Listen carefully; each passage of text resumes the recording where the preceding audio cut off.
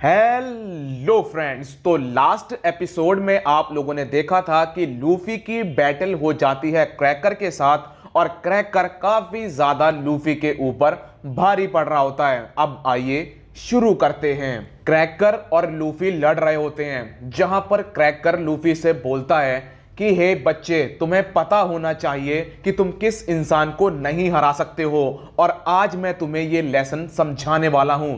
इसके बाद क्रैकर अपने सोल्जर्स का यूज करता है और लूफी के ऊपर अटैक कर देता है, लेकिन लूफी यूज करता है गोमू गोमू नो राइनो सच नाइ डेर और वो उनके चंगुल से बच जाता है।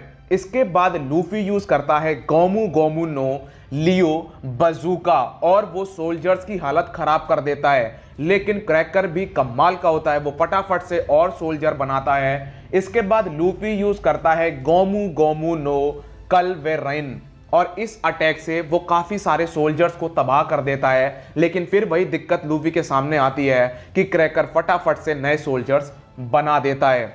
इसके बाद जब ये दोनों लड़ रहे होते हैं तो इनका क्लैश इतना भयंकर होता है कि ह्यूमीज वहां से भाग जाते हैं, लेकिन नामी सारी ह्यूमीज को रोक देती है और बोलती है कि मैंने तुम्हें ऑर्डर दिया था ना कि तुम जाओगे और लूफी की मदद करोगे।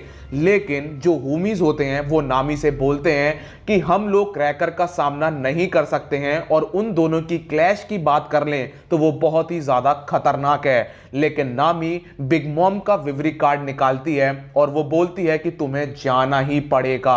इसके बाद हमें कैरेट और चॉपर दिखाए जाते हैं, जहां पर चॉपर और कैरेट जब एक शीशे में झांकते हैं तो ये समझ जाते हैं कि जो भी मिरर इस डायमेंशन में है वो होल केक के सारे मिरर से कनेक्टेड हैं। तो अब चॉपर और कैरेट सांजी को ढूंढना शुरू कर देते हैं। इसके बाद हमें दिखाया जाता है ब्रुक और पेड्रो, जहां पर ब्रुक एक अटैक यूज करता है secret song world wind slash. इससे वो एक बिस्किट सोल्जर का जो पीछे का पोर्शन होता है उसे काट देता है और फिर पेड्रो और ब्रुक उसके अंदर जाके छुप जाते हैं। इधर लूफी सारे बिस्किट सोल्जर्स को तोड़ देता है, लेकिन क्रैकर अपनी एबिलिटी का दोबारा यूज करता है और वो उन सोल्जर्स को दोबारा खड़ा कर देता है। लूफी बोलता है कि मैं तुम्हें हराऊंगा और सांजी से जरूर मिलूंगा।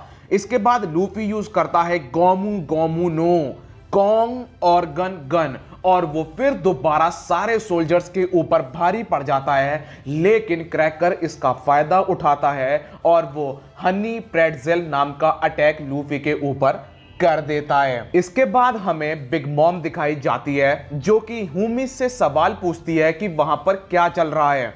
तो एक ह्यूमी जवाब देता है कि आपने वहां पर क्रैकर को भेजा है और आप फिर भी ये सवाल पूछ रहे हो।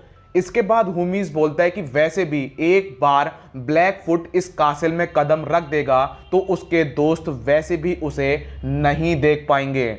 इसके बाद हमें सांजी दिखाया जाता है और वहां पर अब इचीजी और नीजी भी पहुंच जाते हैं। नीजी सांजी से बोलता है कि तुम अभी तक जिंदा हो, वैसे भी तुम्हारी एंगेजमेंट होने वाली है तो उसके लिए तुम्हें शुभकामनाएं।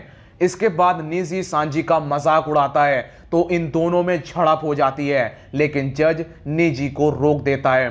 इसके बाद नीजी लोग आपस में बात कर रहे होते हैं कि कैसे उन्होंने वॉर को जीता। ये बात वो अपने पापा को बता रहे होते हैं। फिर जज बोलता है कि रिवेरी से हमें इनविटेशन आया है और हम लोग चलने वाले हैं, क्योंकि जज को इसमें एक अपॉर्चुनिटी नजर आ रही होती है जिसे वो ग्रैब करना चाह रहा होता है।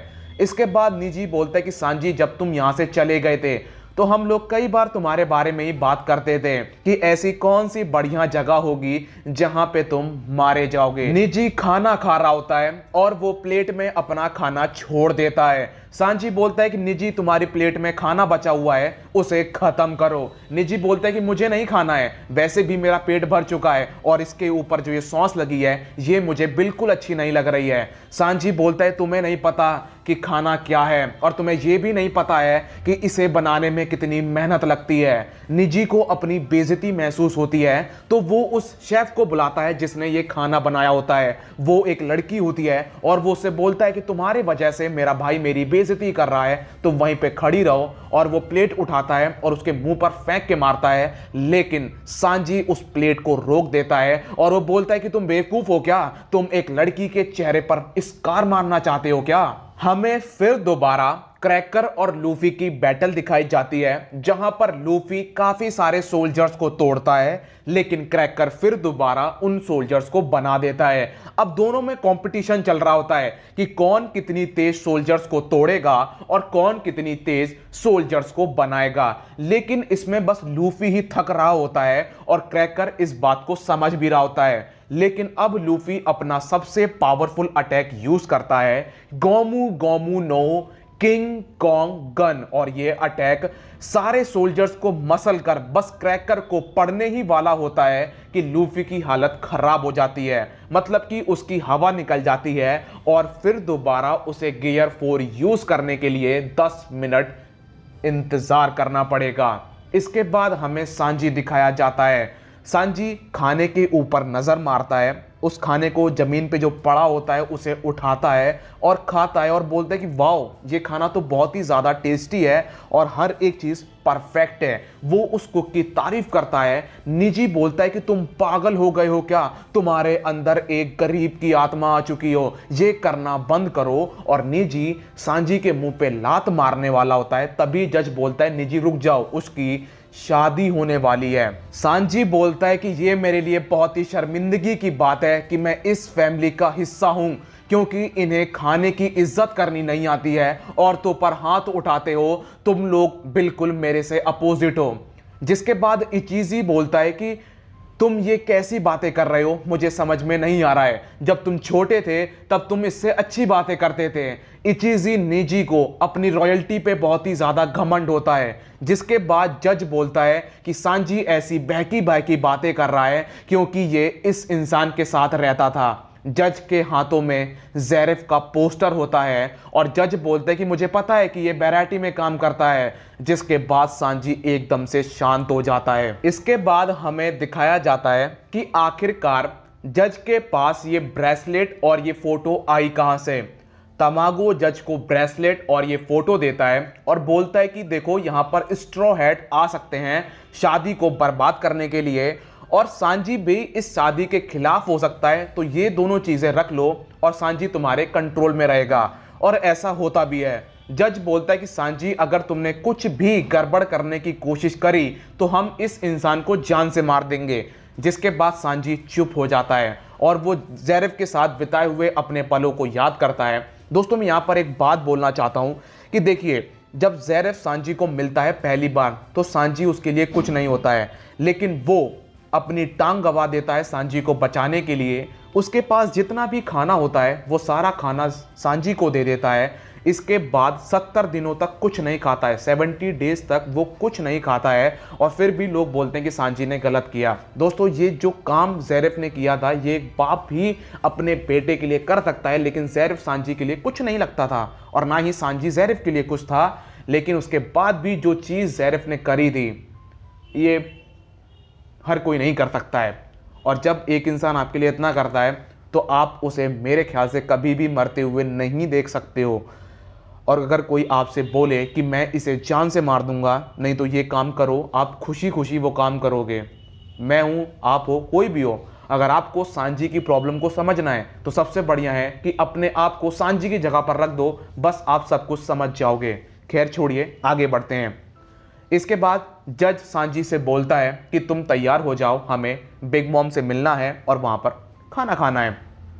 इसके बाद हमें लूफी दिखाया जाता है जो कि अब बुरी तरीके से थक चुका होता है और वो अपने आप को बचाने की कोशिश करता है, लेकिन क्रैकर के सोल्जर्स उसे ढूंढ निकालते हैं। बिस्किट सोल्जर्स लूफी को मारने ही वाले होते हैं कि किंग बाउम वहां पर आके लूफी को बचा लेता है। नामी बहुत ही गंदा खेल रही होती है, मतलब कि एक तरह से सही भी होता है लेकिन थोड़ा सा बुरा भी लगता है क्योंकि नामी लूफी को बचा रही होती है, ये अच्छा पार्ट होता है। लेकिन वो हुमीज को बिग मॉम के खिलाफ यानी कि क्रैकर के खिलाफ ही यूज कर रही होती है, जहां पर हमें पता है कि अब ये एकदम से मौत से खेलना हो गया है। जो हुमीज होते हैं वो क्रैकर से पंगा लेना नहीं चाह रहे होते हैं, लेकिन नामी बिग मॉम का विवरी कार्ड बाहर निकालती है और उन्हें क्रैकर के खिलाफ करने के लिए मजबूर कर देती है। लेकिन जब ये लोग वहां से भाग रहे होते हैं तो क्रैकर समझ जाता है कि ये लोग किधर भाग रहे हैं। फिर हमें ब्रूली दिखाई जाती है जिसकी थोड़ी सी हालत खराब होती है और वो बोलती है कि जैसे ही मेरे घाव ठीक हो जाएंगे मैं चॉपर और कैरेट को जान से मार दूंगी। फिर हमें कैरेट और चॉपर दिखाए जाते हैं जो कि सांची को ढूंढ रहे होते हैं, लेकिन तभी इनकी निगाह बिग मॉम के ऊपर पड़ती है और इन दोनों की रूह कांप उठती है। इसके बाद हमें वो शेफ दिखाई जाती है जिसने खाना बनाया होता है और नेजी उसकी मार लगाने वाला होता है। फिर हमें सांजी दिखाया जाता है जब वो उस शेफ के पास पहुंचता है तो उसकी बहुत बुरी तरीके से मार लगाई गई होती है। सांजी उसे बचाता है।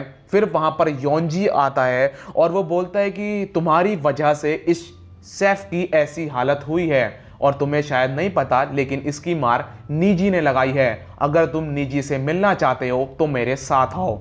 इसके बाद योंजी सांजी को एक लैब में ले जाता है जहां पर बहुत बड़ी बड़ी टेस्ट ट्यूब होती हैं और उसके अंदर इंसान होते हैं। सांजी उन्हें देखकर एकदम आश्चर्यचकित रह जाता है। इधर किंग बाऊ नामी, लूफी और जो पाउंड होता है उन्हें लेके भाग रहा होता है और जो बिस्किट सोल्जर्स होते हैं वो उनके पीछे पड़े होते हैं। लेकिन एक जगह पर जाके रास्ता खत्म हो जाता है और इन्हें महसूस होता है कि क्रैकर इनके आसपास है। फिर क्रैकर मैदान में आता है और बोलता है किंग बाऊ तुम मूगीवारा का साथ क्यों दे रहे हो।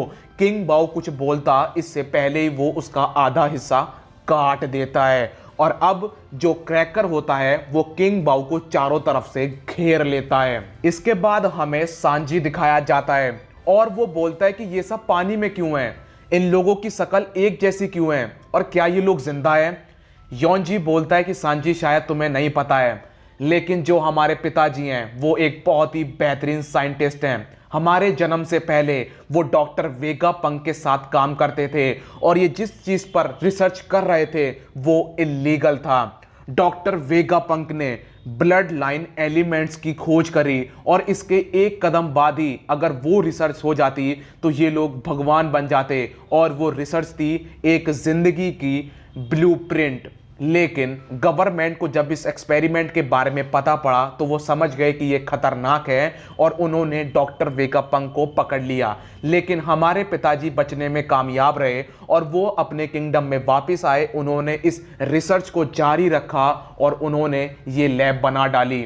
ये जो तुम इंसान देख रहे हो ये सारे डुप्लीकेट हैं, बस हमें कुछ बेहतरीन सोल्जर्स चाहिए और हम उन्हें क्लोन कर देते हैं। 5 साल के अंदर हम एक 20 साल का योद्धा तैयार कर देते हैं और ये कमाल की चीज है और ये टेक हर कोई चाहता है। इसके बाद वहां पर इचिजी और नीजी भी पहुंच जाते हैं। सांजी जब नीजी की तरफ देखता है तो वो उसके मुंह पर एक लात रख देता है। यहीं पर एपिसोड खत्म हो जाता है। मिलता हूं नेक्स्ट वीडियो में, जब तक के लिए अपना ख्याल रखिए, कोरोना से सावधान, गुड बाय।